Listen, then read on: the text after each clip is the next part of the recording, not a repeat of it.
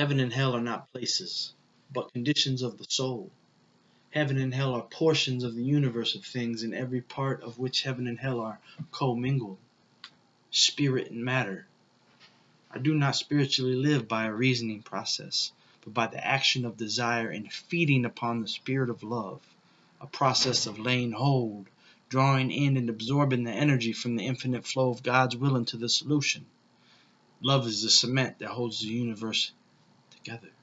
True prayer is like feeding, or still more like breathing air. It should be constant. If a human feeds in them the hellish life and passions which are portions of the powers of darkness, our beady-eyed creature, ego and self, they will grow and breed in the darkness from the absence of the Spirit's light.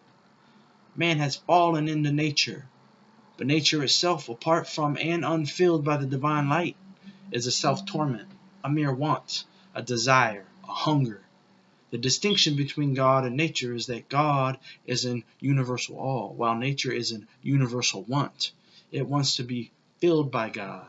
Our whole malady lies in this, that the will of our mind is turned into this world, and that nothing can relieve us or set us right but the turning of the will of our mind and the desire of our hearts to God. When in the self-centered will, one's understanding is only according to one's own willing. Self-will alone forges the chains which keep one imprisoned in darkness. One must resign up their will to God and sink down to the dust in His mercy. Then one must hate thy own will and forbear from doing that to which thy own will doth drive thee. Then God will bring one's resigned will into Himself, and through meditation's quieting of the wheels of the mind, one shall hear what He speaks with the ears of the heart.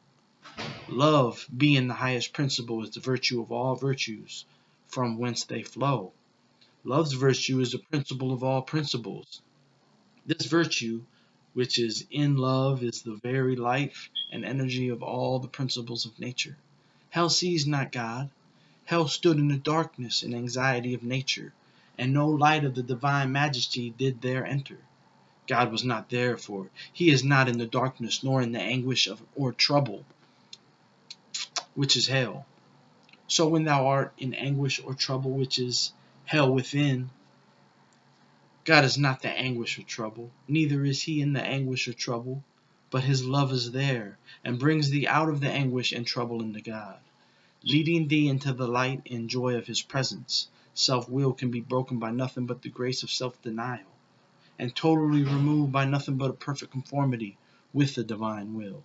There are two wills in the soul. The ego is but a reflection of the true will, which forever tries to fill itself with the want of nature.